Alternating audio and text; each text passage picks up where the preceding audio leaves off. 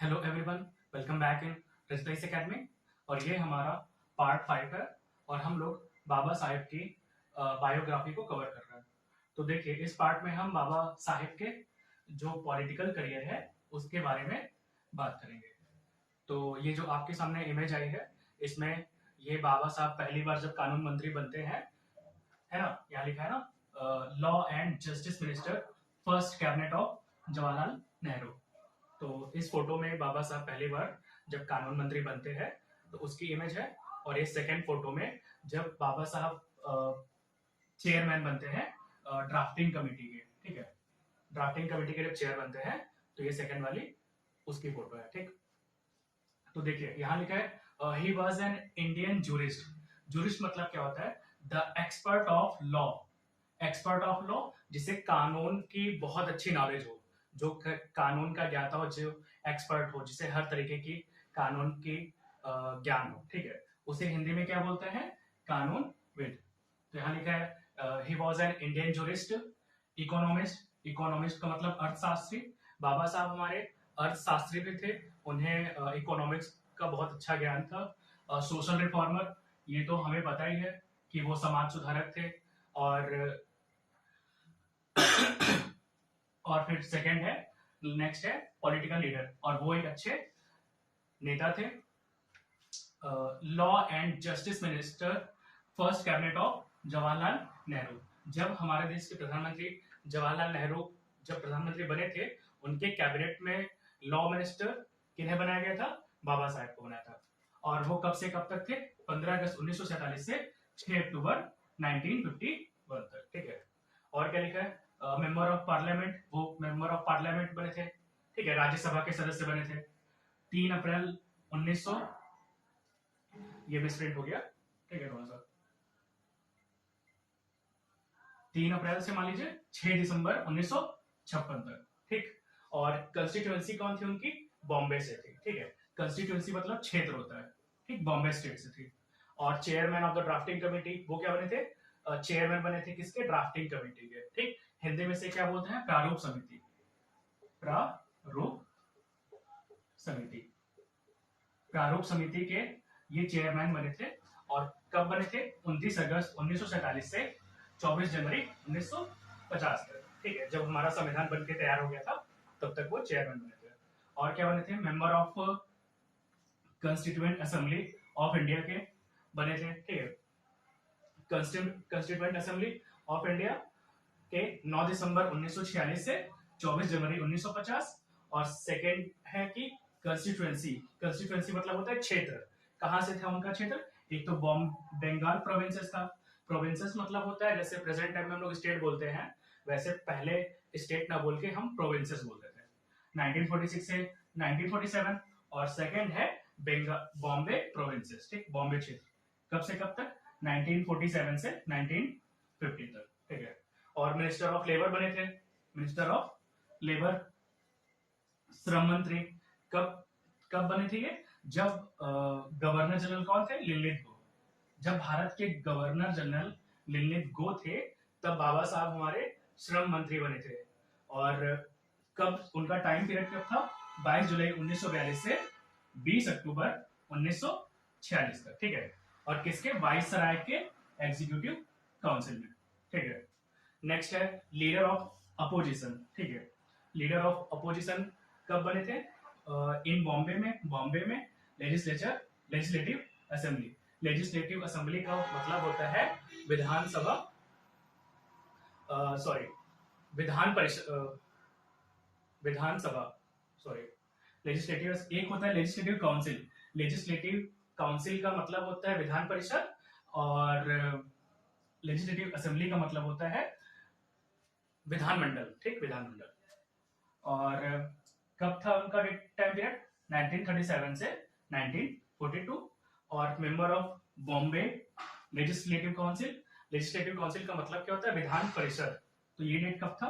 1926 से 1937, ठीक है। आप इसको नोट कर लीजिए।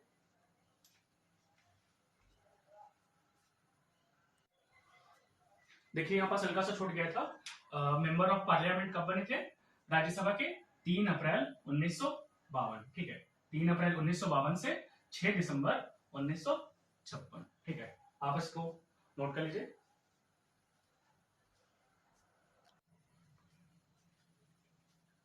देखिए बाबा साहब को जो है बाबा 1990 में बाबा साहब को भारत रत्न दिया गया था। ठीक है, बाबा साहब के स्वर्गवास होने के बाद उन्हें 1990 में भारत रत्न से सम्मानित किया गया था। और भारत रत्न देश का सबसे बड़ा सम्मान होता है, सबसे बड़ा सर्वोच्च पुरस्कार क्या है हमारा, भारत रत्न। और 1935 में क्या हुआ था, principal of government law college, Baba Sahab हमारे प्रिंसिपल बने थे किसके, गवर्नमेंट लॉ कॉलेज के, बॉम्बे के। ठीक, कितने साल के लिए, 2 साल के लिए।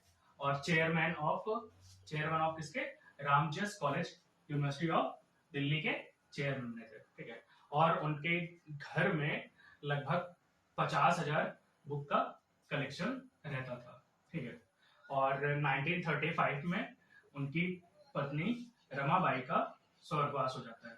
ठीक, और 1936 में क्या होता है, फाउंडेड इंडिपेंडेंट लेबर पार्टी, उन्होंने इंडिपेंडेंट लेबर पार्टी का गठन किया था। ठीक है, और इसके बाद वो इलेक्शन लड़ते हैं, कहां से, बॉम्बे इलेक्शन 1937 से, लेजिस्लेटिव असेंबली। देखिए पिछले लेक्चर में हमने अभी पिछली बार जब लेजिस्लेटिव असेंबली आया था तो हम वहां पर ठीक से बता नहीं पाए थे। लेजिस्लेटिव असेंबली मतलब होता है विधानसभा। ठीक है, और एक होता है लेजिस्लेटिव काउंसिल, उसका मतलब होता है विधान परिषद।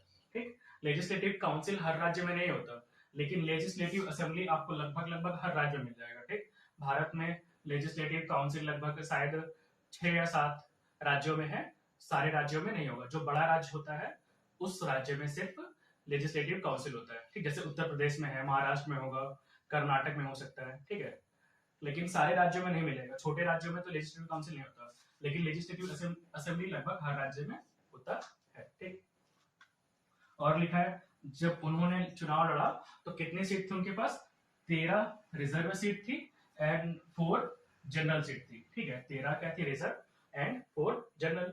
तो उनमें से 13 में से कितने जीती थी, 11 जीती थी रिजर्व में से, और 3 किस में से, जनरल में से। ठीक, रिजर्व 13 में से 11 जीते थे, और जो जनरल 4 थे उसमें से 3 सीट जीते थे बाबा साहब।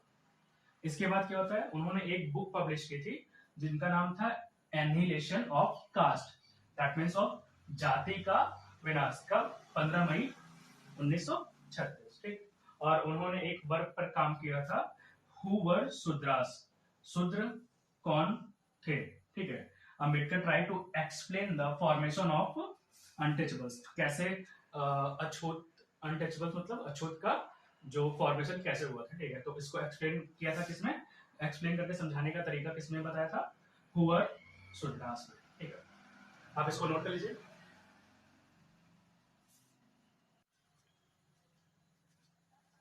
देखिए यहाँ पास है कोठी सिस्टम, तो कोठी सिस्टम क्या होता है।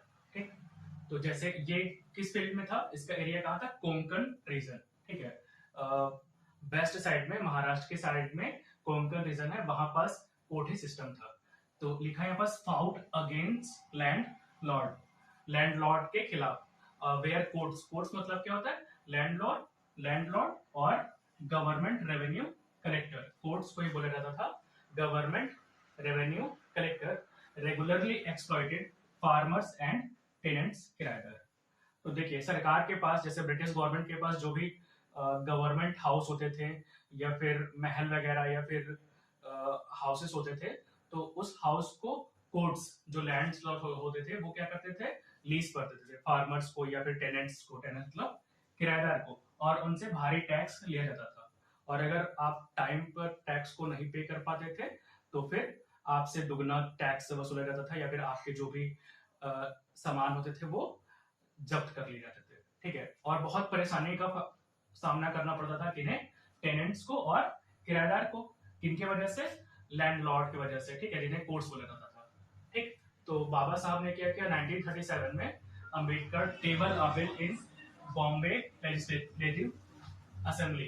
ठीक है, उन्होंने बॉम्बे विधानसभा में एक बिल पेश किया, कब, 1937 में, एम्ड एट एबॉलिशिंग द कोठी सिस्टम।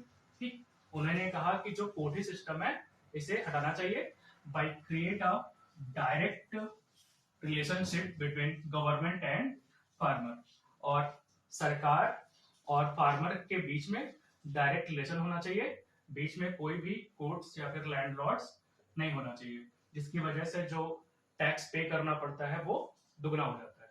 ठीक है, फिर इसके बाद transformer his political party into scheduled caste federation.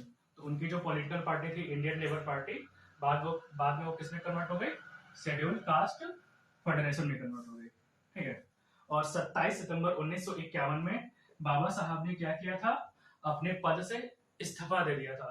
जो नेहरू कैबिनेट्स में उन्हें लॉ मिनिस्ट्री मिली हुई थी, ठीक है, उन्होंने उससे रिजाइन कर दिया था। क्यों? क्योंकि एक बिल था हिंदू कोड बिल। ठीक है, हिंदू कोड बिल पास नहीं हो पाया था, ये पार्लियामेंट में डिफीट हो गया था, बिल पास नहीं हो पाया था। इसी वजह से बाबा साहब ने क्या किया, अपने पद से इस्तीफा दे दिया। और आगे के लेक्चर में हम आपको बताएंगे कि हिंदू कोड्स बिल क्या होता है। ठीक है।